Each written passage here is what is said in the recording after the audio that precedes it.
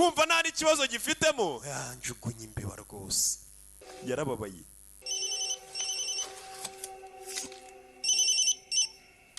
Hello hello Kalpana ji ni Vijayanti uyivuga. बजंती बोल रहा umva muko wakigera mu rugo mbwira कि यहाँ से जा bari gupanga kukwica nyagasani. Please अपने घर ntutahe nimba ukivano ntugere mu rugo. kumbe yageze mu rugo iwawe barahazi घर में छिपे हैं kuko numvisha avuga ngo bihishe mu nzu yawe kumbe inzu yamaze kuyigeramo. bibaza umuntu ukubwira ati ntutahe ibicanyi bihishe mu nzu yawe inzu aribwo kimara kuyinjiramo. umukobwa inzu yari yamaze kuyigeramo.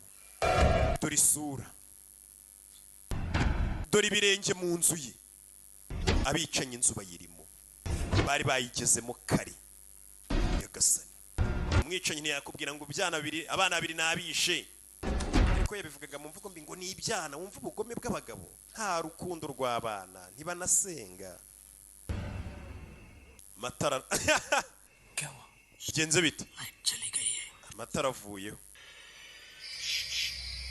umuriro warabuze. katorori igabo byaje kwica umukobwa.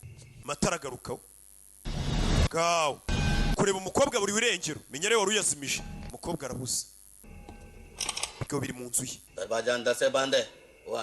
umuryango ufungiyemo indani bigaragara ko umukobwa arimo we. umukobwa ari hano umubone umubone umubone. katorori turabicanyi boherejwe n'agace n'uwo munsi. umukobwa baramuzengurutse. yo katorori umukobwa mu nzu byicanyi. ibi ni ibyabaye imyaka 2 ishize. inzu byarayizengurutse. yo hey gaho kumbe hafi aho umusore sheri waragarutse n'indabyo mama we. nuko byagenze muri iryo joro sheri we yari yiziye.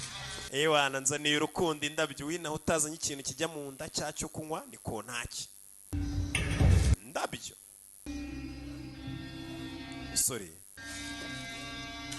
arasona umukobwa arabyumva. uwo ninde? abagabo barimo hano turi ibyuma bafite ariko urukundo ko ruti urukundo ko rudakingura.